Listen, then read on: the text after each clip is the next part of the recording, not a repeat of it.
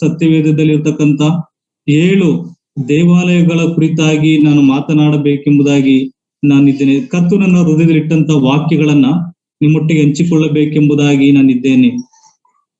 ಇದಕ್ಕಿಂತ ಹಿಂದೆ ಒಂದ್ಸಾರಿ ನಾನು ದೇವರ ವಾಕ್ಯವನ್ನು ಕೊಟ್ಟಾಗ ಯೋಸೇಫನ ಕುರಿತಾಗಿ, ಯೋಸೇಫನ ಜೀವಿತದಲ್ಲಿ ಇರ್ತಕ್ಕಂಥ 7 ಗುಣಲಕ್ಷಣಗಳ ಕುರಿತಾಗಿ ನಾನು ಮಾತನಾಡಿದೆನು. ಆದರೆ ಇವತ್ತು ನಾನು ಸತ್ಯವೇದದಲ್ಲಿರುವಂತಹ 7 ದೇವಾಲಯಗಳ ಕುರಿತಾಗಿ ನಾನು ಮಾತನಾಡಬೇಕೆಂಬುದಾಗಿ ಕರ್ತನನ್ನು ಕೊಟ್ಟಂತ ಆಲೋಚನೆಗನುಸಾರವಾಗಿ ಮಾತನಾಡಬೇಕೆಂಬುದಾಗಿ ಇದ್ದೇನೆ. 7 ದೇವಾಲಯ ಬಿಟ್ರೆ 8ನೇ ದೇವಾಲಯ ಇಲ್ಲ. 7 ದೇವಾಲಯಗಳು ಅದು ಇರುವಂತದ್ದಾಗಿದೆ. ಮೊದಲನೇದಾಗಿ ನಾವು ಒಂದು ವಾಕ್ಯ ಭಾಗದಿಂದ ನಾವು ಪ್ರಾರಂಭಿಸೋಣ. ವಿಮೋಚನ ಕಾಂಡ 25ನೇ ಅಧ್ಯಾಯ 8ನೇ ವಚನ. Exodus chapter 25 verse 8.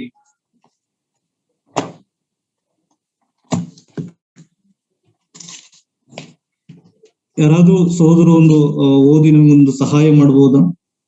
Praveen brother ಓದಿ ಬ್ರದರ್. 25:8 ಬ್ರದರ್. 25:8. ನಾನು ಅವರ ಮಧ್ಯದಲ್ಲಿ ವಾಸಿಸುವುದಕ್ಕೆ ನನಗೆ ಒಂದು ದೇವಸ್ಥಾನವನ್ನು ಕಟ್ಟಿಸಬೇಕು.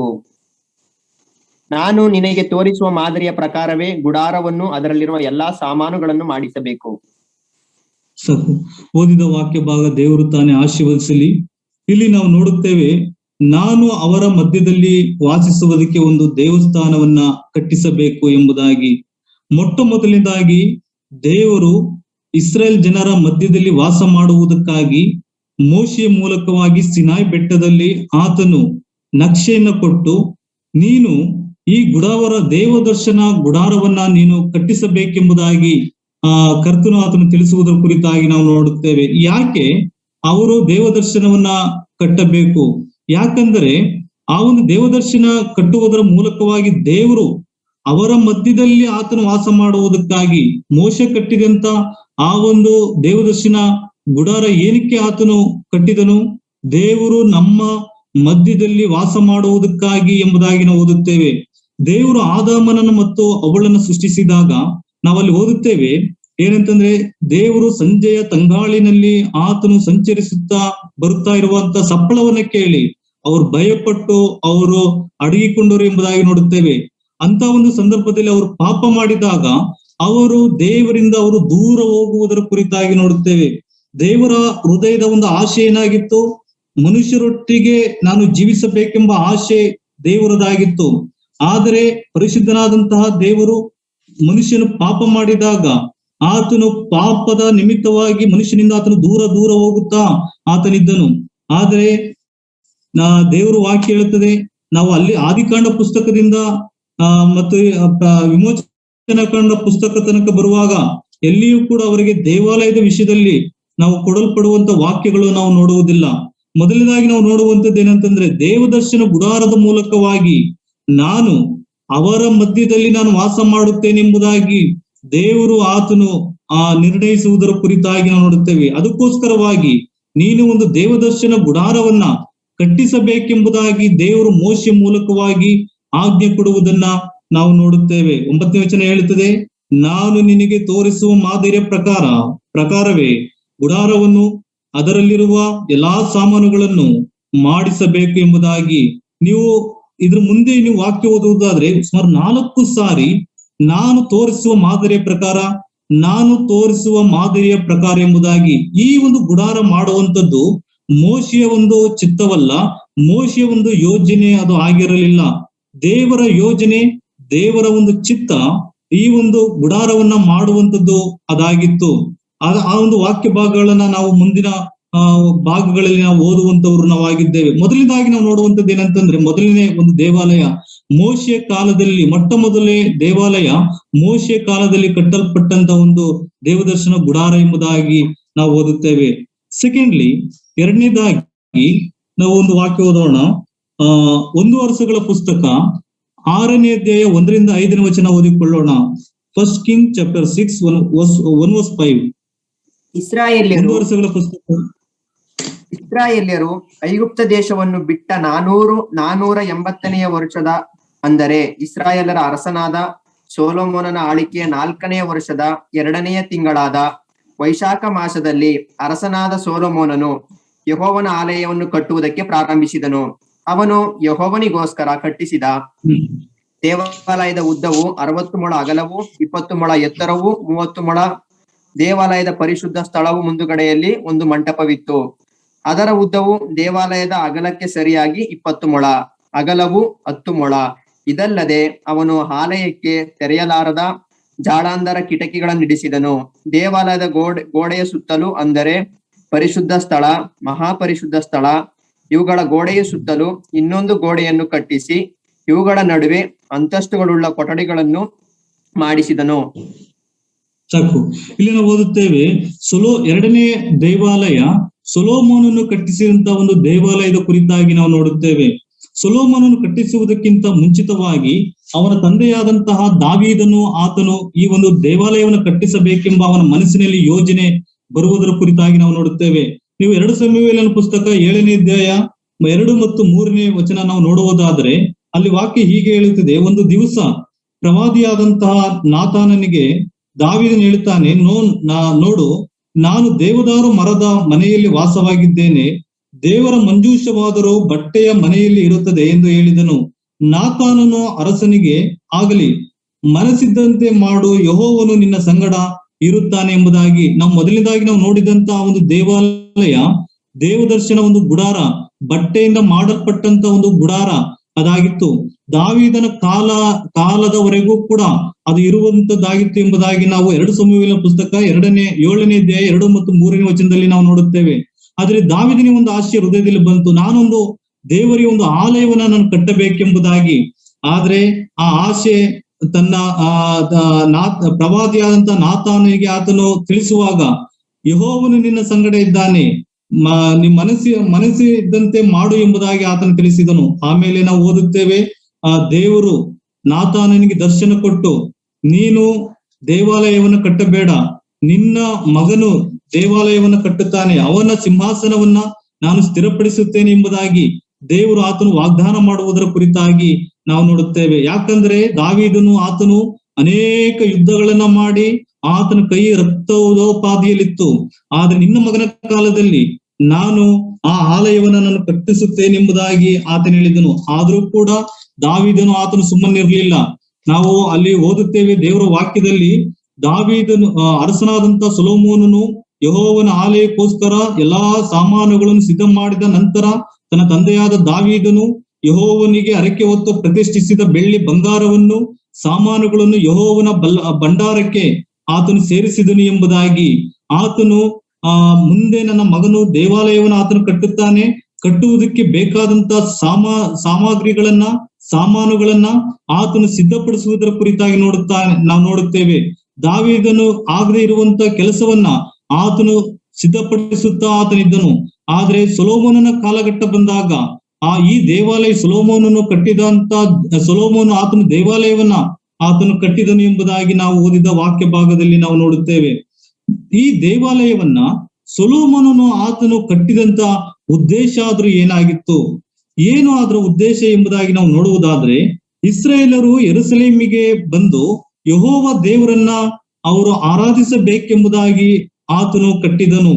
ಇಸ್ರಾಯೇಲರು ಪಾಪ ಮಾಡಿದಾಗ ಅವರ ದೇವಾಲಯವು ಅವರಿಗೆ ನಷ್ಟವಾಗಿ ಹೋಗುವುದರ ಕುರಿತಾಗಿ ನಾವು ನೋಡುತ್ತೇವೆ. ಸೊಲೊಮೋನನು ಕಟ್ಟಿಸಿದಂತ ದೇವಾಲಯ ಮುಂದೆ ಯಾರು ಕಟ್ಟಲಿಕ್ಕೆ ಆಗೋದಿಲ್ಲ, ಹಿಂದೆ ಯಾರು ಕಟ್ಟು ಕೂಡ ಇರಲಿಲ್ಲ ಅಂತ ಒಂದು ದೊಡ್ಡ ದೇವಾಲಯವನ್ನ ಆತನು ಕಟ್ಟಿದನು. ಅದಾದ ಮೇಲೆ ಅವರ ಮುಂದೆ ನಾವು ಅರಸುಗಳ ಕಾಲಘಟ್ಟಗಳನ್ನ ನಾವು ನೋಡುವಾಗ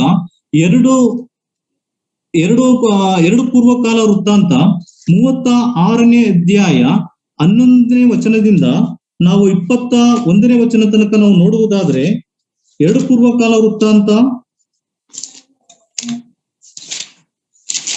36ನೇ ಅಧ್ಯಾಯ 11ನೇ ವಚನದಿಂದ 21ನೇ ವಚನ ತನಕ ನಾವು ನೋಡುವುದಾದ್ರೆ, ಯಹೂದ್ಯರ ಕೊನೆ ಅರಸನಾದಂತಹ ಜಿದ್ಕೀಯನ ಕಾಲದಲ್ಲಿ ಈ ಒಂದು ದೇವಾಲಯ, ಸೊಲೊಮೋನನು ಕಟ್ಟಿಸಿದಂತಹ ದೇವಾಲಯ ಏನಾಯಿತು ಎಂಬುದಾಗಿ ನಾವು ಅಲ್ಲಿ ಓದುತ್ತೇವೆ. 36ನೇ ಅಧ್ಯಾಯ 11ನೇ ವಚನದಿಂದ 21ನೇ ವಚನದಲ್ಲಿ ಓದೋದು ಬೇಡ, ನಾನು ಅದನ್ನ ಹೇಳಿ ಆಗಿ ನಾನು ಮುಂದೆ ಹೋಗುವಂತವನಾಗಿದ್ದೇನೆ. ಅಲ್ಲಿ ನಾವು ಓದುವಂತದ್ದು, ಯೆರೆಮೀಯನು ಯೆರೆಮೀಯನ ಮುಂದೆ ಈ ಚಿದ್ಕೀಯನು ಆತನು ತಗ್ಗಿಸಿಕೊಳ್ಳಲಿಲ್ಲ. ಅದಾದ ಮೇಲೆ ಪ್ರವಾದಿಗಳ ಮಾತುಗಳನ್ನ ಅವರು ತಿರಸ್ಕಾರ ಮಾಡಿದ್ರು. ಅವರು ದೇವರಿಗೆ ಅವಿಧೇಯರು ಅವರಾದಿರು. ಮತ್ತು ಚಿದ್ಕೀಯನ ಈ ಒಂದು ಕಾಲದಲ್ಲಿ ಅವರು ಕಸ್ದೀಯರ ಅರಸನಾದಂತಹ ನೆಬೂಕದ್ನೆಚ್ಚರನು ಆತನು ಬಂದನು ಮತ್ತು ಬಂದು ಅನೇಕರನ್ನ ಆತನು ಸೆರೆಯಾಗಿ ಆತನು ಹಿಡಿಕೊಂಡನು ಮತ್ತು ಕತ್ತಿಯಿಂದ ಕೆಲವರನ್ನ ಆತನು ಕೊಲ್ಲಿಸಿದನು. ಅದು ಮಾತ್ರ ಅಲ್ಲ, ದೇವಾಲಯದ ಸಾಮಾನುಗಳನ್ನ ಆತನು ತನ್ನ ಬಾಬೇಲಿಗೆ ಆತನು ಸೆರೆಯಾಗಿ ಆತನು ಒಯ್ದನು. ಅದು ಮಾತ್ರ ಅಲ್ಲ, ಯೆರೂಸಲೇಮಿನ ಪೌಳಿ ಗೋಡೆಗಳನ್ನ ಆತನು ಕೆಡವಿ ಹಾಕಿದನು. ದೇವಾಲಯವನ್ನ ಆತನು ಸುಟ್ಟು ಬಿಟ್ಟನು. ಅಮೂಲ್ಯವಾದಂತಹ ವಸ್ತುಗಳನ್ನ ನಾಶ ಮಾಡಿದನು. ಮತ್ತು ಇದಕ್ಕೆಲ್ಲ ಕಾರಣ ಏನಂತಂದ್ರೆ, ಇಸ್ರೇಲರು ದೇವರಿಗೆ ಅವಿಧೇಯರಾಗಿದ್ದರಿಂದ ಅವರು ಮಾಡಿದ ಪಾಪದ ನಿಮಿತ್ತವಾಗಿ ಅವರಿಗೆ ದೇವಾಲಯವು ನಷ್ಟವಾಗಿ ಹೋಗುವುದರ ಕುರಿತಾಗಿ ನಾವು ನೋಡುತ್ತೇವೆ. ಅಲ್ಲಿ ನಾವು 36ನೇ ಅಧ್ಯಾಯ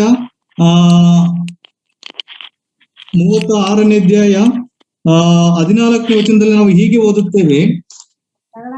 2 ಪೂರ್ವಕಾಲ ವೃತ್ತಾಂತ 36ನೇ 14ನೇ ವಚನದಲ್ಲಿ, ಪ್ರಧಾನ ಯಾಜಕರು ಪ್ರಜೆಗಳು ಕೂಡ ಮಹಾದ್ರೋಹಿಗಳಾಗಿ ಅನ್ಯ ಜನಾಂಗಗಳ ಅಸಹ್ಯ ಕೃತ್ಯಗಳನ್ನು ಅನುಸರಿಸಿ ಯೆಹೋವನು ತನಗೆ ಪ್ರತಿಷ್ಠಿಸಿಕೊಂಡಿದ್ದ ಯೆರೂಸಲೇಮಿನ ದೇವಾಲಯವನ್ನು ಒಲೆ ಮಾಡಿದರು.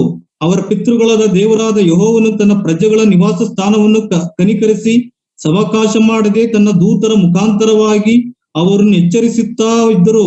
ಅವರು ದೇವ ಪ್ರೇಷಿತರನ್ನು ಗೇಲಿ ಮಾಡಿ ಆತನ ಮಾತುಗಳನ್ನು ತುಲ್ಚೀಕರಿಸಿ ಆತನ ಪ್ರವಾದಿಗಳನ್ನು ಹೀಯಾಳಿಸಿದ್ದರಿಂದ ಆತನ ಕೋಪಾಗ್ನಿಯು ಆತನ ಪ್ರಜೆಯ ಮೇಲೆ ಉರಿಯುತ್ತಿತ್ತು. ಅದರ ಪ್ರತಾಪವು ಆರಿ ಹೋಗಲೇ ಇಲ್ಲ. ಮತ್ತು ಕಸ್ದೀಯರ ಅರಸನನ್ನು ಅವರ ಮೇಲೆ ಬರಮಾಡಿ ಎಲ್ಲರನ್ನೂ ಅವರ ಕೈಗೆ ಒಪ್ಪಿಸಿದನು. ಅವನು ಅವರ ಯುವಭಟರನ್ನು ಅವರ ಪವಿತ್ರಾಲಯದಲ್ಲಿ ಕತ್ತಿಯಿಂದ ಸಂಹರಿಸಿ ಯುವಕರನ್ನು, ಕನ್ಯೆಯರನ್ನು, ಮುದುಕರನ್ನು, ಅತಿವೃದ್ಧರನ್ನು ಕನಿಕರಿಸದೆ ಎಲ್ಲರನ್ನೂ ಆತನು ಕೊಲ್ಲಿಸಿದನು ಎಂಬುದಾಗಿ ಓದುತ್ತೇವೆ.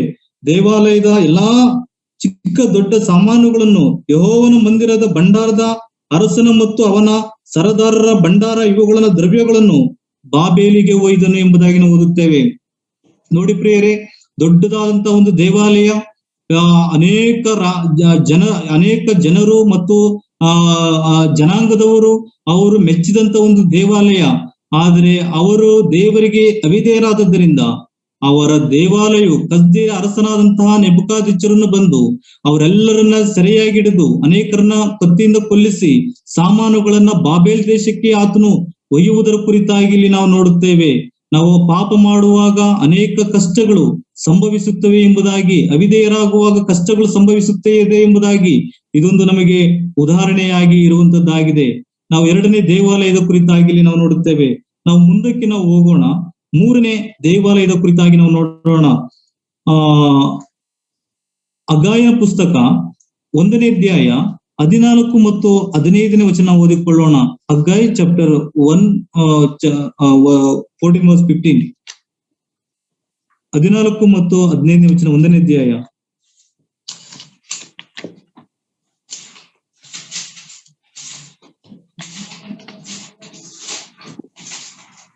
ಓದ್ಬೋದು?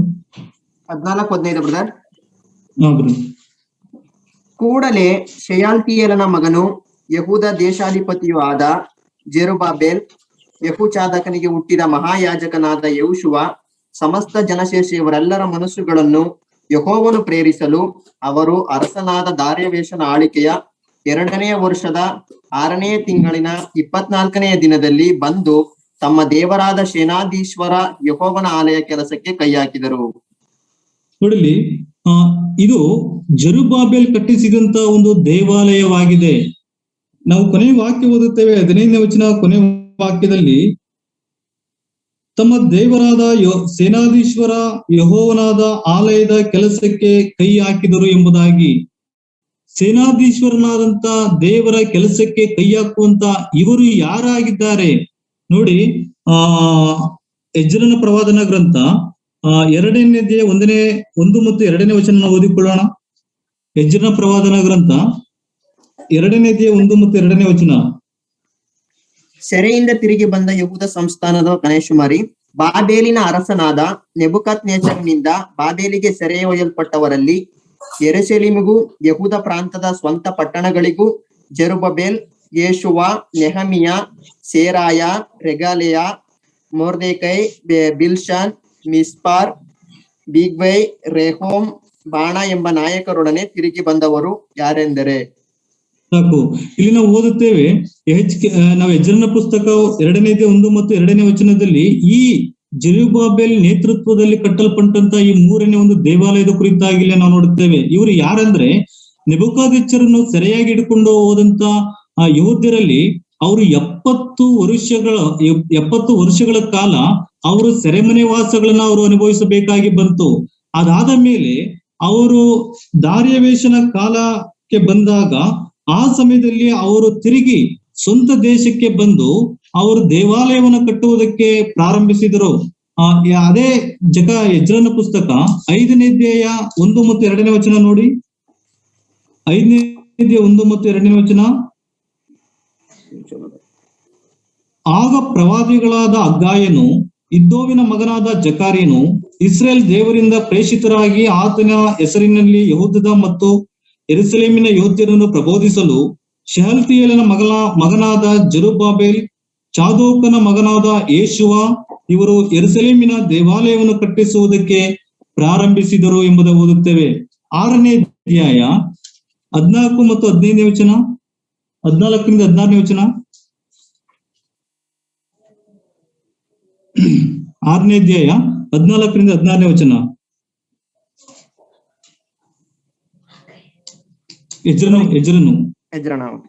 ಯಹೂದ್ಯರ ಹಿರಿಯರು ಪ್ರವಾದಿಯಾದ ಹಗ್ಗಾಯ್, ಇದ್ದೋವಿನ ಮಗನಾದ ಜಕರಿಯ ಇವರ ಪ್ರಬೋಧನೆಯಿಂದ ಪ್ರೇರಿತರಾಗಿ ಕಟ್ಟುವ ಕೆಲಸವನ್ನು ಸಾಗಿಸುತ್ತಾ ಬಂದು ಇಸ್ರಾಯೇಲ್ ದೇವರ ಆಜ್ಞಾನುಸಾರವಾಗಿಯೂ ಪರಾಸಿಯ ರಾಜರಾದ ಕೋರೆಷ್, ದಾರ್ಯಾವೇಶ, ಅರ್ಥಾಷ್ತ ಇವರ ಅಪ್ಪಣೆಯ ಆಧಾರದಿಂದಲೂ ಕಟ್ಟಡವನ್ನು ಮುಗಿಸಿದರು.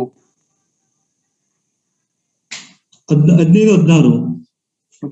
ಅರಸನಾದ ದಾರ್ಯಾವೇಶನ ಆಳಿಕೆಯ 6ನೇ ವರ್ಷದ ಫಾಲ್ಗುಣ ಮಾಸದ 3ನೆಯ ದಿನದಲ್ಲಿ ಆಲಯವನ್ನು ಪೂರೈಸಿದರು. ಯಾಜಕರು, ಲೇವಿಯರು, ಸೆರೆಯಿಂದ ತಿರುಗಿ ಬಂದ ಬೇರೆ ಇಸ್ರಾಯೇಲರು ಸಂತೋಷದಿಂದ ಆ ದೇವಾಲಯದ ಪ್ರತಿಷ್ಠಿತೆಯನ್ನು ಆಚರಿಸಿದರು. ಅವರು ಆ ದೇವಾಲಯದ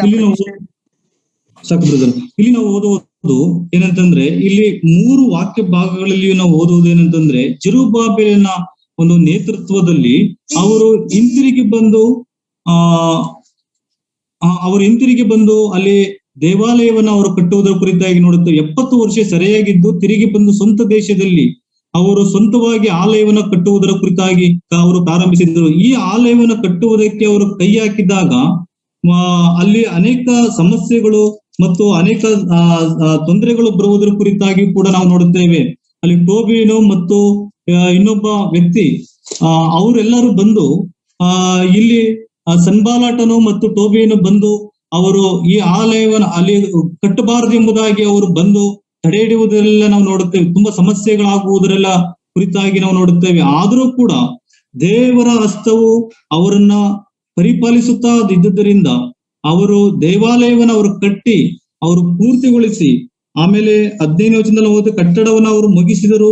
ಅದು ಮಾತ್ರ ಅಲ್ಲ, ದೇವಾಲಯದ ಪ್ರತಿಷ್ಠೆಯನ್ನ ಅವರು ಆಚರಿಸಿದರು.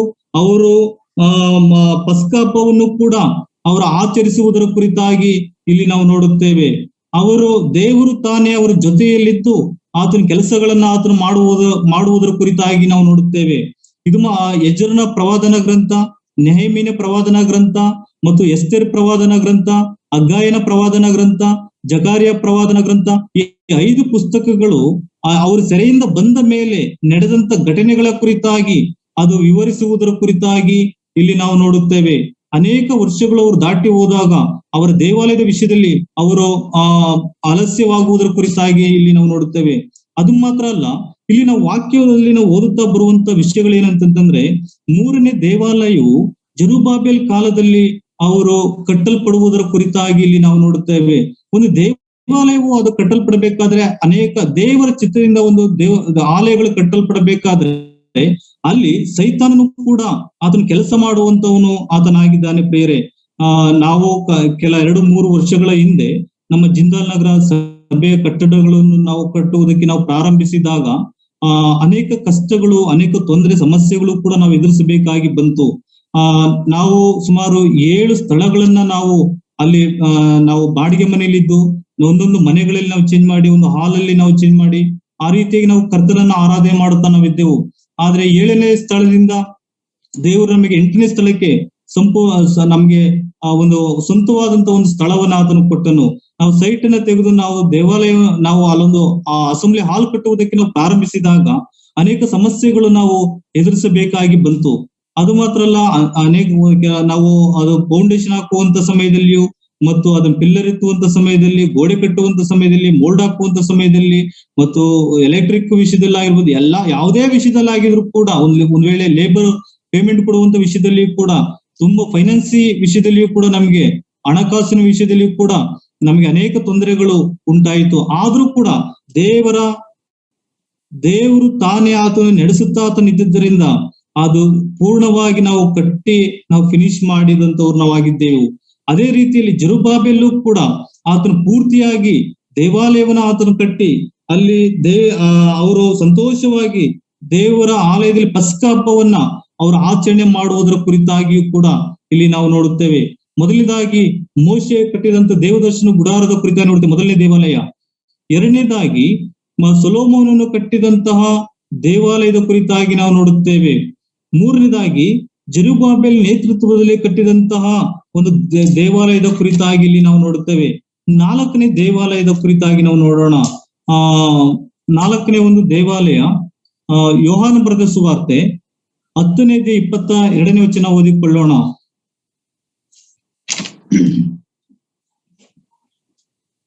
ಯೋಹಾನ ಬರೆದ ಸುವಾರ್ತೆ 10ನೇ ಅಧ್ಯಾಯ 22ನೇ ವಚನ. 22. ಆ ಕಾಲದಲ್ಲಿ ದೇವಾಲಯ ಪ್ರತಿಷ್ಠೆಯ ಹಬ್ಬವು ಯೆರೂಸಲೇಮಿನಲ್ಲಿ ನಡೆಯಿತು. ಆಗ ಚಳಿಕಾಲವಾಗಿತ್ತು. ಸಾಕು.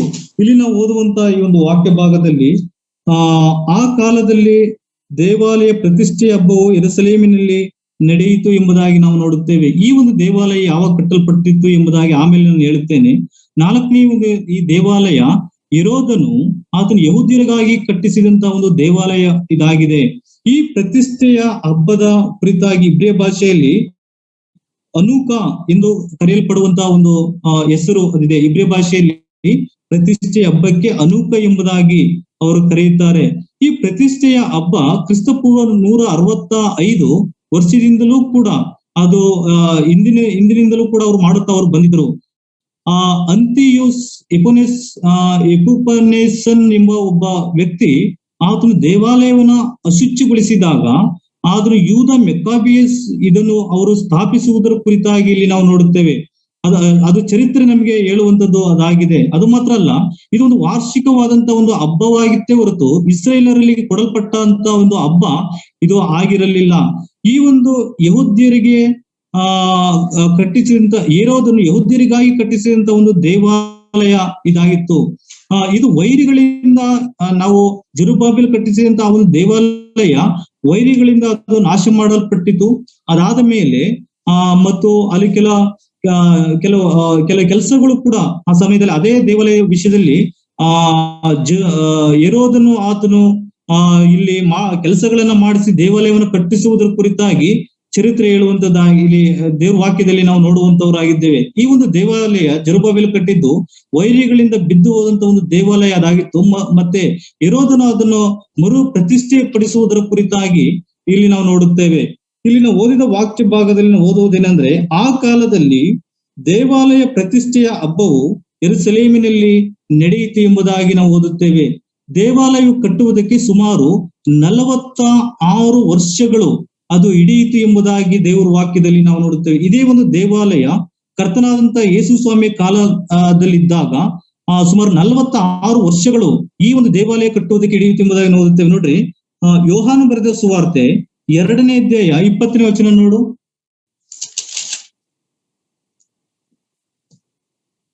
ಯೋಹಾನ ಬರೆದ ಸುವಾರ್ತೆ 2ನೇ 20ನೇ ವಚನದಲ್ಲಿ, ಈ ದೇವಾಲಯವನ್ನು ಕಟ್ಟುವುದಕ್ಕೆ 46 ವರ್ಷ ಹಿಡಿಯಿತು. 2ನೇ 20ನೇ ವಚನದಲ್ಲಿ ಅದಕ್ಕೆ ಯೆಹೂದ್ಯರು ಈ ದೇವಾಲಯವನ್ನು ಕಟ್ಟುವುದಕ್ಕೆ 46 ವರ್ಷ ಹಿಡಿಯಿತು ಎಂಬುದಾಗಿ ಇಲ್ಲಿ ನಾವು ಓದುತ್ತೇವೆ. ಈ ಒಂದು ದೇವಾಲಯ ಎಲ್ಲಿ ತನಕ ಇತ್ತು ಎಂಬುದಾಗಿ ನಾವು ನೋಡುವುದಾದರೆ AD 70 ಮತ್ತಾಯನ ಬರೆದ ಸುವಾರ್ತೆ 24ನೇ 2ನೇ ವಚನದಲ್ಲಿ ನಾವು ಓದುತ್ತೇವೆ ಏನಂತಂದ್ರೆ AD 70ರಲ್ಲಿ ಮತ್ತಾಯನ ಬರೆದ ಸುವಾರ್ತೆ 24ನೇ ಅಧ್ಯಾಯ 2ನೇ ವಚನದಲ್ಲಿ ಶಿಷ್ಯರು ಹೇಳ್ತಾರೆ, ಸ್ವಾಮಿ ನೋಡು, ನಮಗೆ ಎಂತಹ ಒಂದು ಸುಂದರವಾದಂತಹ ಒಂದು ದೇವಾಲಯ ಇದೆ ಎಂಬುದಾಗಿ ಶಿಷ್ಯರು ಅವರಿಗೆ ಹೇಳುವಾಗ ಯೇಸು ಸ್ವಾಮಿ ಹೇಳಿದ್ದು, ಇಲ್ಲಿ ಕಲ್ಲಿನ ಮೇಲೆ ಕಲ್ಲು ಉಳಿಯುವುದಿಲ್ಲ, ಎಲ್ಲವೂ ಕೆಡಲ್ಪಡುವಂತ ಒಂದು ದಿವಸ ಬರುತ್ತದೆ ಎಂಬುದಾಗಿ ಹೇಳಿದ್ರು. ಅದು AD 70ರಲ್ಲಿ ದೇವಾಲಯ ಅವರಿಗೆ AD 70ರಲ್ಲಿ ಅದು ನೆರವೇರುವುದರ ಕುರಿತಾಗಿ ನಾವು ನೋಡುತ್ತೇವೆ. ಈ ಒಂದು ದೇವಾಲಯವು ಕೂಡ AD 70ರಲ್ಲಿ ಅವರಿಗೆ ನಾಶವಾಗುವುದರ ಕುರಿತಾಗಿ ಇಲ್ಲಿ ನಾವು ನೋಡುತ್ತೇವೆ. AD 70ರಲ್ಲಿ ಇಲ್ಲಿ ನಾವು ಓದಿದ ವಾಕ್ಯ ಭಾಗಕ್ಕೆ ನಾವು ಬರುವಾಗ 4ನೇ ಒಂದು ದೇವಾಲಯ ಅದು ಹೆರೋದನು ಯೆಹೂದ್ಯರಿಗಾಗಿ ಒಂದು ಕಟ್ಟಿಸಿದಂತಹ ಒಂದು ದೇವಾಲಯ ಅದಾಗಿತ್ತು ಎಂಬುದಾಗಿ ನಾವು ಓದುತ್ತೇವೆ. ಸಮಯ ಅಭಾವದಿಂದ ನಾನು ಮುಂದಕ್ಕೆ ಹೋಗುವಂತವನಾಗಿದ್ದೇನೆ. 5ನೇದಾಗಿ ನಾವು ನೋಡುವಂತದ್ದು 1 ಕೊರಿಂಥದವರಿಗೆ ಬರೆದ ಪತ್ರಿಕೆ 3ನೇ ಅಧ್ಯಾಯ 16 ಮತ್ತು 17ನೇ ವಚನ ಓದಿಕೊಳ್ಳೋಣ. 1 Corinthians chapter 3 verse 16 verse 17. ನೀವು ದೇವರ ಆಲಯವಾಗಿದ್ದೀರೆಂದು ದೇವರ ಆತ್ಮನು ನಿಮ್ಮಲ್ಲಿ ವಾಸ ಮಾಡುತ್ತಾನೆಂದು ನಿಮಗೆ ಗೊತ್ತಿಲ್ಲವೋ? ಯಾವನಾದರೂ ದೇವರ ಆಲಯವನ್ನು ಕೆಡಿಸಿದರೆ ದೇವರು ಅವನನ್ನು ಕೆಡಿಸುವನು. ಯಾಕೆಂದರೆ ದೇವರ ಆಲಯವು ಪವಿತ್ರವಾದದ್ದು, ಆ ಆಲಯವು ನೀವೇ. ಇಲ್ಲಿ ನಾವು ಓದುವ ವಾಕ್ಯ ಭಾಗ ಏನಂತಂದ್ರೆ ಈ ಒಂದು ದೇವಾಲಯ ಯಾವಾಗ ಪ್ರಾರಂಭವಾಯಿತು? 2000 ವರ್ಷಗಳ ಹಿಂದೆ ಪಂಚಾಶತಮ ದಿನದಲ್ಲಿ ಪ್ರಾರಂಭವಾಯಿತು, ಸಭೆ ಪ್ರಾರಂಭವಾಯಿತು. ಇಲ್ಲಿ ನಾವು ಓದುವುದು ನೀವು ದೇವರ ಆಲಯವಾಗಿದ್ದೀರೆಂದು ದೇವರು ಆತ್ಮ ನಿಮ್ಮಲ್ಲಿ ವಾಸ ಮಾಡುತ್ತಾನೆಂದು ನಿಮಗೆ ಗೊತ್ತಿಲ್ಲವಾ? ಯಾರ್ಯಾರು ಕರ್ತನಾದಂತ ಯೇಸು ಕ್ರಿಸ್ತನನ್ನು ಸ್ವಂತ ರಕ್ಷಕನಾಗಿ ಅಂಗೀಕರಿಸಿ ಆತನ ಮೇಲೆ ನಂಬಿಕೆ ಇಡುತ್ತಾರೋ ಅವರೆಲ್ಲರೂ ಕೂಡ ದೇವರ ಮಕ್ಕಳಾಗುತ್ತಾರೆ ಎಂಬುದಾಗಿ ಯೋಹಾನ ಬರೆದ ಸುವಾರ್ತೆ 1ನೇ ಅಧ್ಯಾಯ 12ನೇ ವಚನದಲ್ಲಿ ನಾವು ಓದುತ್ತೇವೆ. ನಾವು ದೇವರ ಮಕ್ಕಳಾಗಿದ್ದೇವೆ, ಅದಂತ ಮತ್ತೆ ನಾವು ಕರ್ತನಿಗೆ ಆಲಯವೂ ಕೂಡ ನಾವಾಗಿದ್ದೇವೆ. ದೇವರು ವಾಕ್ಯ ಹೇಳುತ್ತದೆ 17ನೇ ವಚನದಲ್ಲಿ, ದೇವರ ಆಲಯವನ್ನು ಕೆಡಿಸಿದರೆ ದೇವರು ಅವನನ್ನು ಕೆಡಿಸುವನು, ಯಾಕಂದ್ರೆ ದೇವರ ಆಲಯವು ಪವಿತ್ರವಾದುದು, ಆ ಆಲಯವು ನೀವೇ ಎಂಬುದಾಗಿ. ಒಂದು ಸಾರಿ ಪೌಲನು ಆತನು ಇಲ್ಲಿ ಹೇಳ್ತಾ ಇಲ್ಲ, ಇದರ ಕುರಿತಾಗಿ ಆತನು 3 ಸಾರಿ ಆತನು ಹೇಳಿಕೆ ಕೊಡುವುದರ ಕುರಿತಾಗಿ ನೋಡುತ್ತೇವೆ ಕೊರಿಂಥ ಪತ್ರಿಕೆಯಲ್ಲಿ. ಮತ್ತೆ ನಾವು ಇದೇ ಕೊರಿಂಥ ಪತ್ರಿಕೆ 6ನೇ ಅಧ್ಯಾಯ 19 ಮತ್ತು 20ನೇ ವಚನದಲ್ಲಿಯೂ ಕೂಡ ನಾವು ಓದುತ್ತೇವೆ, ದೇವರಿಂದ ದೊರಕಿ ನಿಮ್ಮೊಳಗೆ ನೆಲೆಗೊಂಡಿರುವ ಪವಿತ್ರಾತ್ಮನಿಗೆ ನಿಮ್ಮ ದೇಹವು ಗರ್ಭಗುಡಿಯಾಗಿದೆ ಎಂಬುದು ನಿಮಗೆ ತಿಳಿಯದು. ನೀವು ನಿಮ್ಮ ಸ್ವಂತ ಸೊತ್ತಲ್ಲ, ನೀವು ಕ್ರಯಕ್ಕೆ ಕೊಳ್ಳಲ್ಪಟ್ಟವರು ಆದ ಕಾರಣ ನಿಮ್ಮ ದೇಹದಲ್ಲಿ ದೇವರ ಪ್ರಭಾವವನ್ನು ಪ್ರಕಾಶಪಡಿಸಿರಿ ಎಂಬುದಾಗಿ ನಾವು ಓದುತ್ತೇವೆ. ನಾವು ದೇವರ ಆಲಯವಾಗಿದ್ದೇವೆ. ನಾವು ಮೋಶೆ ಕಾಲದಲ್ಲಿ ನಾವು ನೋಡುತ್ತಾ ಬಂದೆವು ದೇವಾಲಯ, ಅದು ದಾವೀದನ ಕಾಲದವರೆಗೂ ಕೂಡ ಇತ್ತು. ದಾವೀದನ ಮಗನಾದಂತ ಸೊಲೊಮೋನನು ಕಟ್ಟಿದಂತ ದೇವಾಲಯ ಅದು ನೆಬೂಕದ್ನೆಚ್ಚರನಿಂದ ಹಾಳಾಗಿ ನಾಶವಾಯಿತು. ಅದಾದ ಮೇಲೆ ನಾವು ಓದುತ್ತೇವೆ ಜೆರುಬ್ಬಾಬೆಲ್ ಅವರು 70 ವರ್ಷಗಳು ಅವರು ಸೆರೆಮನೆ ವಾಸ ಅನುಭವಿಸಿ ತಿರುಗಿ ಅವರು ಯೆರೂಸಲೇಮಿಗೆ ಬಂದಾಗ ಅವರು ದೇವಾಲಯವನ್ನು ಕಟ್ಟಿದ್ರು. ದೇವಾಲಯವನ್ನು ಅವರು ಕಟ್ಟಿದ ಮೇಲೆ ಆಮೇಲೆ ಚರಿತ್ರೆ ಹೇಳುತ್ತದೆ ಅದು ಕೂಡ ನಾಶವಾಯಿತು. ಅದಾದ್ಮೇಲೆ ಹೆರೋದನು ಯೆಹೂದ್ಯರಿಗಾಗಿ ಒಂದು ಯೋಹಾನ ಬರೆದ ಸುವಾರ್ತೆ 10ನೇ ಅಧ್ಯಾಯ 22ನೇ ವಚನದಲ್ಲಿ ನಾವು ಓದುತ್ತೇವೆ, ಅಲ್ಲೂ ಕೂಡ ಒಂದು ದೇವಾಲಯವನ್ನು ಕಟ್ಟಿದ್ರು. ಆ ಒಂದು ದೇವಾಲಯವು ಕೂಡ AD 70ರಲ್ಲಿಯೂ ಕೂಡ ಅದು ನಾಶವಾಯಿತು ಎಂಬುದಾಗಿ ನಾವು ನೋಡ್ತಾ ಬಂದೆವು. ಆದ್ರೆ ಈ ಒಂದು ದೇವಾಲಯ ಕರ್ತನಾದಂತ ಯೇಸು ಸ್ವಾಮಿ ಕಟ್ಟಿದಂತ ಒಂದು ದೇವಾಲಯ, ಅದು ಯಾವಾಗ ಅಂತಂದ್ರೆ 2000 ವರ್ಷಗಳ ಹಿಂದೆ ಕರ್ತನಾದಂತ ಯೇಸು ಸ್ವಾಮಿ ನಮ್ಮೆಲ್ಲರ ಪಾಪಗಳಿಗೋಸ್ಕರ ಶಿಲುಬೆಯಲ್ಲಿ ಆತನ ಪ್ರಾಣವನ್ನು ಕೊಟ್ಟು ಸತ್ತು ಉಣಲ್ಪಟ್ಟು ಆತನು ಎದ್ದು ಬಂದು ಮತ್ತು 40 ದಿವಸ ಆತನು ಈ ಲೋಕದಲ್ಲಿ ಜೀವಿಸಿ ಮತ್ತು ಆತನ ಪರಲೋಕಕ್ಕೆ ಆರೋಹಣನಾಗಿ ಹೋದ ಮೇಲೆ 50ನೇ ದಿವಸದಲ್ಲಿ ಪಂಚಶತಮ ದಿನದ ಹಬ್ಬ ಪ್ರಾರಂಭವಾಯಿತು. ಆ ಸಮಯದಲ್ಲಿ ಸಭೆ ಪ್ರಾರಂಭವಾಯಿತು. ಪಂಚಶತಮ ದಿನದ ಹಬ್ಬದಲ್ಲಿ ಆ ಸಭೆ ಅವತ್ತು ಪ್ರಾರಂಭವಾಗಿದ್ದ ಸಭೆ ಇವತ್ತು ಕೂಡ ಅದು ಹಾಗೆಯೇ ಮುಂದುವರಿಯುತ್ತಾ ಅದು ಹೋಗುತ್ತಾ ಇದೆ. ದೇವರು ವಾಕ್ಯ ಹೇಳುತ್ತದೆ, ನೀವೇ ದೇವರ ಆಲಯವಾಗಿದ್ದೀರೆಂದು, ದೇವರ ಆತ್ಮ ನಿಮ್ಮೊಳಗೆ ವಾಸ ಮಾಡುತ್ತಾ ನಿದ್ದಾನೆಂಬುದು ನಿಮಗೆ ಗೊತ್ತಿಲ್ಲವಾ? ನಮ್ಮ ದೇಹಗಳು ಮೂಲಕ ದೇವರಿಗೆ ಒಳ್ಳೇದಾಗುತ್ತಾ ಇದೆಯಾ ಅಥವಾ ಕೆಟ್ಟದಾಗುತ್ತಾ ಇದೆಯಾ ಎಂಬುದಾಗಿ ನಮ್ಮನ್ನು ನಾವೇ ಪರೀಕ್ಷಿಸಿಕೊಳ್ಳೋಣ ಪ್ರಿಯರೇ. ದೇವರಿಗೆ ನಮ್ಮ ದೇಹಗಳು ಅದು ಗರ್ಭಗುಡಿಯಾಗಿದೆ, ನಾವು ದೇವರ ಆಲಯವಾಗಿದ್ದೇವೆ ಎಂಬುದಾಗಿ ದೇವರ ವಾಕ್ಯ ತಿಳಿಸುತ್ತದೆ. ಈ ಒಂದು ಆಲಯ ಎಲ್ಲಿ ತನಕ ಅದು ಇರುವಂತದ್ದಾಗಿದೆ? ದೇವರ ವಾಕ್ಯ ಹೇಳುತ್ತದೆ ಕರ್ತನಾದಂತ ಯೇಸು ಕ್ರಿಸ್ತನ ಬರೋಣದ ತನಕ. 1 ಥೆಸಲೋನಿಕ ಪುಸ್ತಕ ನಾವು 1 ಥೆಸಲೋನಿಕ ಪುಸ್ತಕ 4ನೇ ಅಧ್ಯಾಯ 15ನೇ ವಚನದಲ್ಲಿ ನಾವು ಓದ್ತೇವೆ. ಕರ್ತನಾದಂತ ಯೇಸು ಕ್ರಿಸ್ತನು ತಾನೇ ಆಜ್ಞಾ ಘೋಷದೊಡನೆಯೂ ಪ್ರಧಾನ ದೂತನ ಶಬ್ದದೊಡನೆಯೂ ದೇವರ ತುತ್ತೂರಿ ಧ್ವನಿಯನ್ನು ಆಕಾಶದಿಂದ ಇಳಿದು ಬರುವನು. ಆಗ ಸತ್ತವರು ಮೊದಲು ಎದ್ದು ಬರುವರು. ಆಮೇಲೆ ಜೀವನಿದ್ದರು ನಾವು ಅಂತರಿಕ್ಷದಲ್ಲಿ ಮೇಘವಾಹನರೇ ಪಕ್ಕನೆ ನಾವು ಒಯ್ಯಲ್ಪಡುವೆವು. ಆ ಸಮಯದಲ್ಲಿ ಸುವಾರ್ತೆಯ ಬಾಗಿಲು ಅದು ಮುಚ್ಚಲ್ಪಡುತ್ತದೆ. ನಾವೆಲ್ಲರೂ ಕೂಡ ಸಾರ್ವತ್ರಿಕವಾಗಿ ನಾವು ಎತ್ತಲ್ಪಡುತ್ತೇವೆ. ಈ ದೇವಾಲಯ ಅಲ್ಲಿನ ತನಕ ಮಾತ್ರ ಇರ್ತದೆ. ನಂತರವಾಗಿ ಏನಾಗುತ್ತದೆ, ನಾವು ಮುಂದೆ 2 ಕೊರಿಂಥ ಪತ್ರಿಕೆ 5ನೇ ಅಧ್ಯಾಯ 10ನೇ ವಚನದಲ್ಲಿ ನಾವು ಓದುತ್ತೇವೆ, ಕ್ರಿಸ್ತನ ನ್ಯಾಯಾಸನದ ಮುಂದೆ ನಾವು ನಮ್ಮ ದೇಹದ ಮೂಲಕವಾಗಿ ನಡೆಸಿದಂತ ಒಳ್ಳೆದಕ್ಕಾಗಲಿ ಕೆಟ್ಟದಕ್ಕಾಗಲಿ ಎಲ್ಲರೂ ಕೂಡ ಯಥಾಸ್ಥಿತಿಯಲ್ಲಿ ದೇವರ ಮುಂದೆ ಪ್ರತಿಫಲವನ್ನು ಹೊಂದುವುದಕ್ಕಾಗಿ ನಾವು ಕಾಣಿಸಿಕೊಳ್ಳಲೇಬೇಕೆಂಬುದಾಗಿ ನಾವು ಓದುತ್ತೇವೆ. 5ನೇ ದೇವಾಲಯ ಪಂಚಶತಮ ದಿನದಲ್ಲಿ ಪ್ರಾರಂಭವಾಯಿತು, ಮುಕ್ತಾಯವಾಗುವಂತದ್ದು ಕರ್ತನಾದಂತ ಯೇಸು ಕ್ರಿಸ್ತನ ಬರೋಣದ ತನಕ. ಅದು ಆ ಆಲಯವು ನಾವೇ ಎಂಬುದಾಗಿ ದೇವರು ವಾಕ್ಯ ಹೇಳುತ್ತದೆ. 6ನೇ ದೇವಾಲಯದ ಕುರಿತಾಗಿ ನಾವು ನೋಡೋಣ. 6ನೇ ದೇವಾಲಯ ದಾನಿಯೇಲನ ಪುಸ್ತಕ 9ನೇ ಅಧ್ಯಾಯ 27ನೇ ವಚನ ಓದಿಕೊಳ್ಳೋಣ. ದಾನಿಯೇಲನ ಪುಸ್ತಕ 9ನೇ 27ನೇ ವಚನ.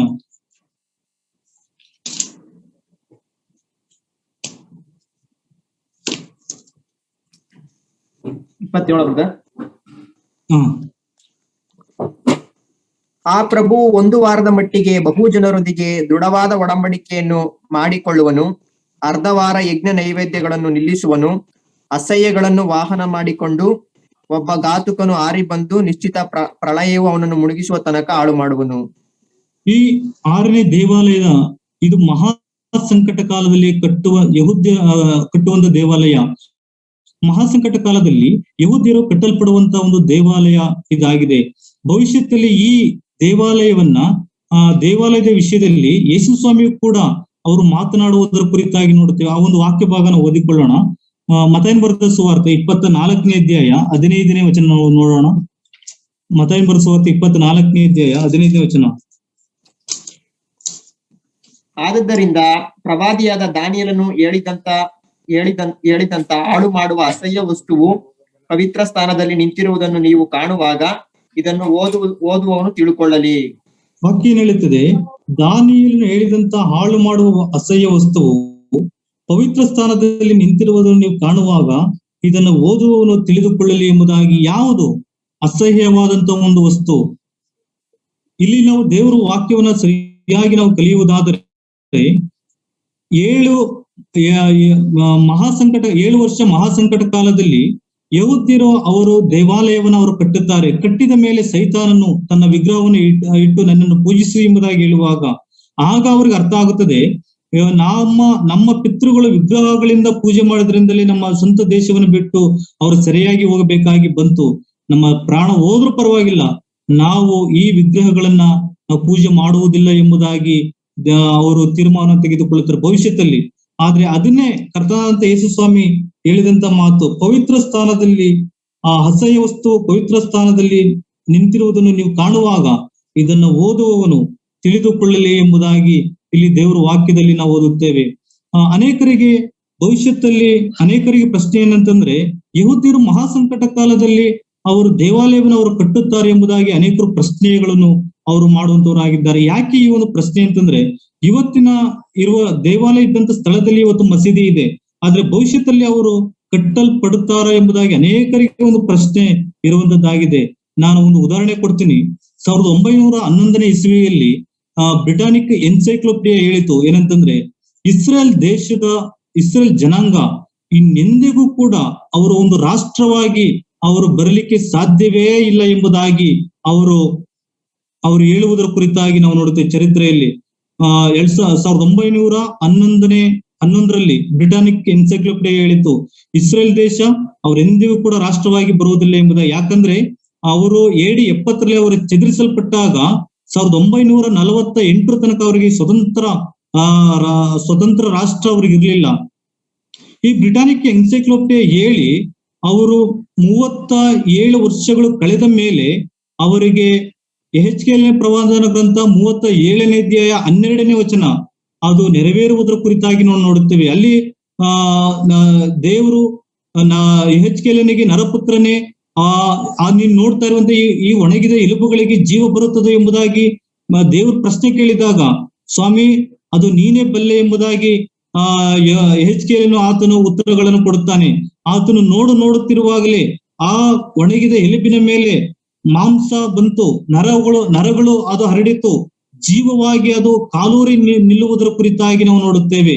ಅಂದ್ರೆ ಬ್ರಿಟಾನಿಕ್ ಎನ್ಸ್ಲೇಕ್ 1911ರಲ್ಲಿ ಅವ್ರು ಹೇಳಿದ ಮೇಲೆ ಅವರು 1948ರಲ್ಲಿ ಮೇ 1948ರಲ್ಲಿ ಅವರು ಸ್ವತಂತ್ರ ರಾಷ್ಟ್ರವಾಗಿ ಅವರು ಬರುವುದರ ಕುರಿತಾಗಿ ನಾವು ನೋಡುತ್ತೇವೆ. ಅದಕ್ಕಿಂತ ಹಿಂದೆ ಅವರ ಕಷ್ಟಗಳನ್ನ, ಅವರ ದುಃಖ ಸಮಸ್ಯೆಗಳನ್ನ ಅರ್ಥ ಮಾಡಿಕೊಂಡಂತ ಅನೇಕ ನಾಯಕರುಗಳು ಅವ್ರು ಹೇಳಿದ್ರು, ನಾವು ಕೆನಡಾ ಮತ್ತು ಅರ್ಜೆಂಟೀನಾ ಮತ್ತು ಅಮೆರಿಕ ಅನೇಕ ರಾಷ್ಟ್ರಗಳನ್ನ ಇವ್ರಿಗೆ ಸ್ವಂತ ರಾಷ್ಟ್ರವಾಗಿ ನಾವು ಕೊಡೋಣ ಎಂಬುದಾಗಿ ಅವರು ತಿಳಿಸಿದ್ರು. ಆದ್ರೆ ಅದು ಆಗ್ಲಿಲ್ಲ. ಆದ್ರೆ ಸ್ವಂತ ದೇಶಕ್ಕೆ ಅವರು ಬಂದ್ರು. ಇದು ನಾವು ನಮ್ಮ ಯೋಜನೆಗೂ ಕೂಡ ಮೀರಿದಂತ ಒಂದು ವಿಷಯವಾಗಿದೆ. ಯಾಕಂತಂದ್ರೆ ಇವರು ಸ್ವಂತ ರಾಷ್ಟ್ರವಾಗಿ ಬರ್ಲಿಕ್ಕೆ ಆಗ್ತಾ ಇರಲ್ಲ. ಹಿಟ್ಲರ್ನ ಕಾಲದಲ್ಲಿ ಈ ಇಸ್ರೇಲ್ ಜನರು ಅನೇಕ ಸಂಕಷ್ಟಗಳನ್ನ ಅವರು ಅನುಭವಿಸಿದ್ರು. ಅದು ಮಾತ್ರ ಅಲ್ಲ, ಅವರು ಎಷ್ಟೋ 9 ಮಿಲಿಯನ್ ಇರಬೇಕಾದಂತ ಜನಾಂಗ ಬರೀ 3 ಮಿಲಿಯನ್ಗೆ ಅವರು ಬಂದಂತವರಾಗಿದ್ದರು.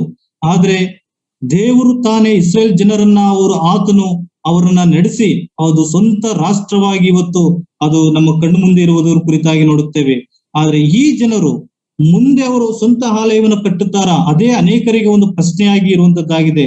ನಾನು ಹೇಳ, ಈಗ ಇರುವಂತಹ ಈ ಒಂದು ಮುಂಚೆ ಇದ್ದಂತ ದೇವಾಲಯದಲ್ಲಿ ಇದ್ದಂತ ಸ್ಥಳದಲ್ಲಿ ಈಗ ಮುಸಲ್ಮಾನರು ಅವರ ಮಸೀದಿಯನ್ನು ಅವರು ಕಟ್ಟಿದ್ದಾರೆ. ಅದಕ್ಕೆ ಅವರು ಡೋಮ್ ಆಫ್ ದ ರಾಕ್ ಎಂಬುದಾಗಿ ಅವ್ರು ಹೇಳ್ತಾರೆ. ಅಲ್ಲಿ ಅವ್ರಿಗೆ ಆ ಒಂದು ಮಸೀದಿ ಮಾತ್ರ ಅಲ್ಲ, ಅದರ ಪಕ್ಕದಲ್ಲಿ ಇನ್ನೊಂದು ಕೂಡ ಮಸೀದಿ ಇದೆ. ಅದಕ್ಕೆ ಆಲಾಕ್ಸ್ ಮಸೀದಿ ಎಂಬುದಾಗಿ ಅವರು ಕರೆಯುತ್ತಾರೆ.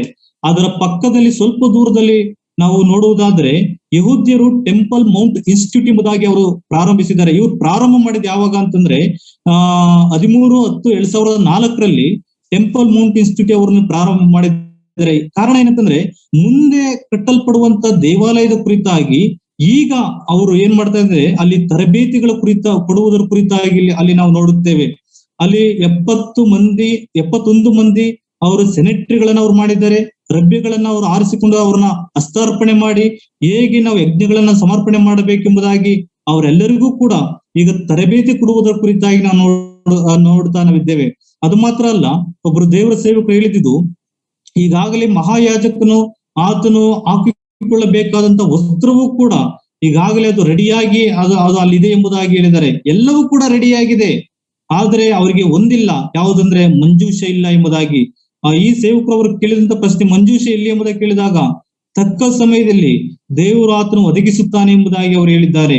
ಭವಿಷ್ಯದಲ್ಲಿ ಅವರು ದೇವಾಲಯವನ್ನ ಕಟ್ಟುತ್ತಾರೆ ಎಂಬುದಾಗಿ ಅವ್ರ ನಿರೀಕ್ಷೆಯಿಂದ ಇವತ್ತು ಕೂಡ ಅವರು ಮುಂಸಾಗುತ್ತಲೇ ಇದ್ದಾರೆ. ಭವಿಷ್ಯತ್ ಕಾಲದಲ್ಲಿ ಅವರು ದೇವಾಲಯವನ್ನು ಕಟ್ಟುತ್ತಾರೆ. ಕಟ್ಟಿದಾಗ ದೇವಾಲಯದಲ್ಲಿ ಈ ಒಂದು ಸೈತಾನ್ ವಿಗ್ರಹಗಳನ್ನ ಆತನು ಇಡುತ್ತಾನೆ ಎಂಬುದಾಗಿ ಇಲ್ಲಿ ನಾವು ದಾನಿಯೇಲನ ಪುಸ್ತಕ 9:27 ವಚನದಲ್ಲಿ ಇಲ್ಲಿ ನಾವು ನೋಡುತ್ತೇವೆ. ಕೊನೆಯ ಒಂದು ದೇವಾಲಯದ ಕುರಿತಾಗಿ ನಾವು ನೋಡೋಣ. 7ನೇ ಒಂದು ದೇವಾಲಯ ಯೆಹೆಜ್ಕೇಲನ ಪ್ರವಾದನ ಗ್ರಂಥ 8:22 ಮತ್ತು 23 ವಚನ ಓದಿಕೊಳ್ಳೋಣ. ಕೊನೆ ದೇವಾಲಯ ಯೆಹೆಜ್ಕೇಲನ ಪ್ರವಾದನ ಗ್ರಂಥ 22-23 ವಚನ. ಯೆಹೆಜ್ಕೇಲ ಅಲ್ಲ, ಜಕಾರಿಯನ ಪ್ರವಾದನ ಗ್ರಂಥ 8:22-23 ವಚನ.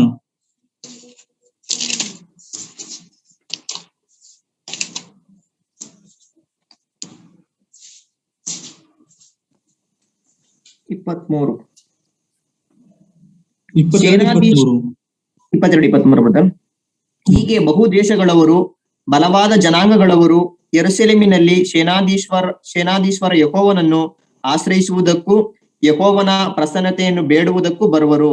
ಸೇನಾಧೀಶ್ವರ ಯೆಹೋವನು ಇಂತೆನ್ನುತ್ತಾನೆ, ಆ ಕಾಲದಲ್ಲಿ ಜನಾಂಗಗಳ ವಿವಿಧ ಭಾಷೆಗಳವರಾದ 10 ಜನರು ಯಹೂದ್ಯನೊಬ್ಬನ ಸೆರಗನ್ನು ಹಿಡಿದುಕೊಂಡು, ನಾವು ನಿಮ್ಮೊಂದಿಗೆ ಬರುವೆವು, ದೇವರು ನಿಮ್ಮ ಸಂಗಡ ಇದ್ದಾನೆಂಬ ಸುದ್ದಿಯು ನಮ್ಮ ಕಿವಿಗೆ ಬಿದ್ದಿದೆ ಎಂದು ಹೇಳುವರು.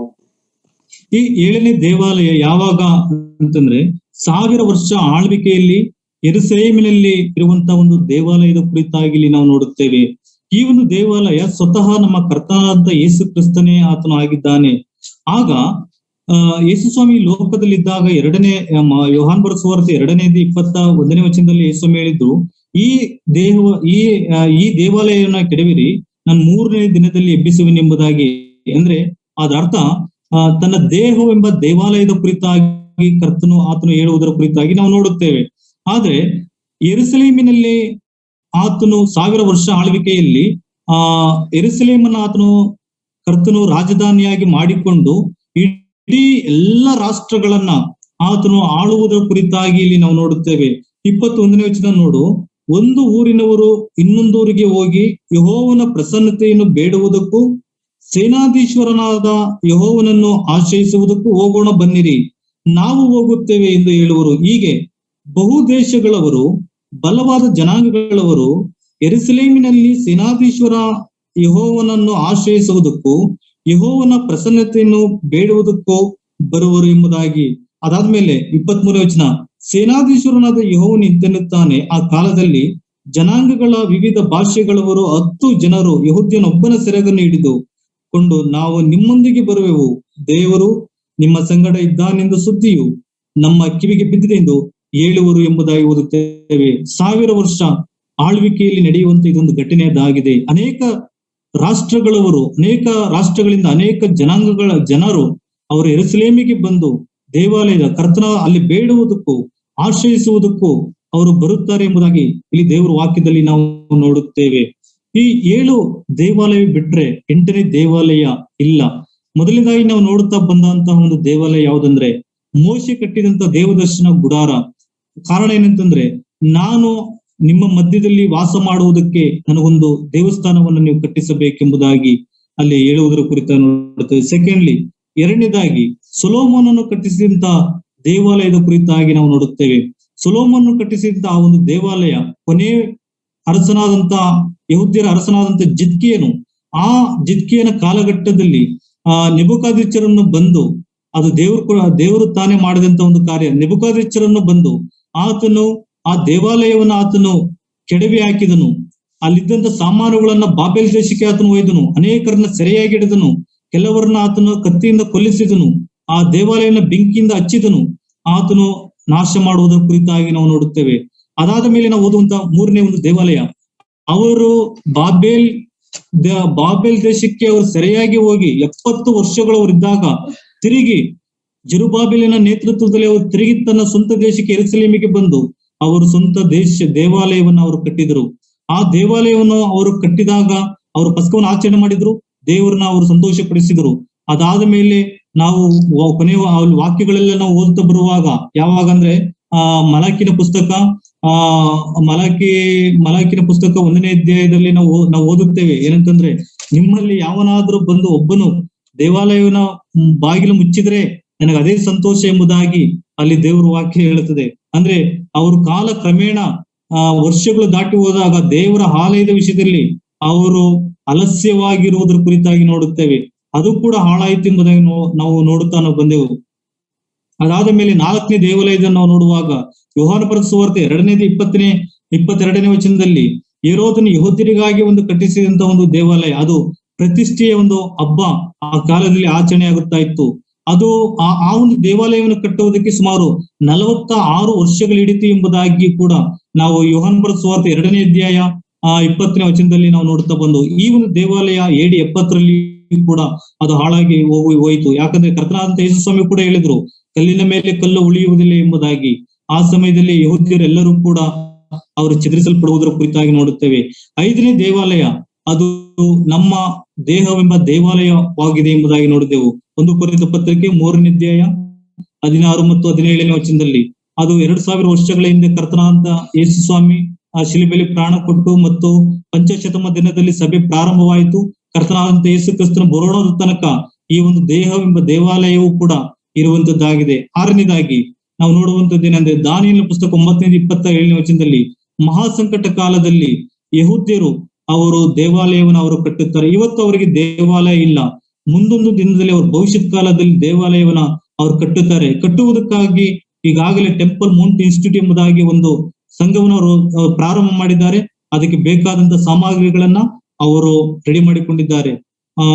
ಆರನೇದಾಗಿ 7ನೇದಾಗಿ ನಾವು ನೋಡುವಂತ ದೇವಾಲಯ ಯಾವುದಂದ್ರೆ ಜಕರ್ಯನ ಪ್ರವಾದನ ಗ್ರಂಥ 8ನೇ ಅಧ್ಯಾಯ 22-23ನೇ ವಚನದಲ್ಲಿ ನಾವು 1000 ವರ್ಷ ಆಳ್ವಿಕೆಯಲ್ಲಿ ಯೆರೂಸಲೇಮಿನಲ್ಲಿ ಕರ್ತನಾದಂತ ಯೇಸು ಸ್ವಾಮಿ ತಾನೇ ಆತನು ದೇವಾಲಯವಾಗಿ ಅವರು ಇರ್ತಾರೆ. ಆತನು ಯೆರೂಸಲೇಮಿನ ರಾಜಧಾನಿಯಾಗಿ ಆತನು ಮಾಡಿಕೊಂಡು ಆತನು ಎಲ್ಲಾ ರಾಷ್ಟ್ರಗಳನ್ನ ಆತನು ಆಳುವಂತವನು ಆತನಾಗಿದ್ದಾನೆ. ಆ ಸಮಯದಲ್ಲಿ ಅನೇಕರು ಕರ್ತನಾದಂತ ಯೇಸು ಸ್ವಾಮಿ ಪ್ರಸನ್ನತೆಯನ್ನ ಬೇಡುವುದಕ್ಕೂ ಮತ್ತು ಯೆಹೋವನನ್ನ ಆಶ್ರಯಿಸುವುದಕ್ಕೂ ಅವರು ಬೇಡುವುದಕ್ಕೆ ಯೆರೂಸಲೇಮಿಗೆ ಆತನು ಬರುತ್ತಾರೆ. ಅವ್ರು ಬರುವ ಹೇಗೆ ಬರುತ್ತಾರೆ? ಯೆಹೂದ್ಯರ ಒಬ್ಬ ಸೆರೆಗನ ಹಿಡಿದು 10 ಮಂದಿ ಅವರು ಯೆರೂಸಲೇಮಿಗೆ ಬರುತ್ತಾರೆ ಎಂಬುದಾಗಿ ನಾವು ದೇವರ ವಾಕ್ಯದಲ್ಲಿ ನಾವು ನೋಡುತ್ತೇವೆ. ಈ 7 ದೇವಾಲಯಗಳನ್ನ ನಾವು ನೋಡುತ್ತಾ ಬಂದೆವು. ಈ ವಾಕ್ಯಗಳ ಮೂಲಕ ದೇವರು ನಮ್ಮನ್ನು ಆಶೀರ್ವದಿಸಲಿ.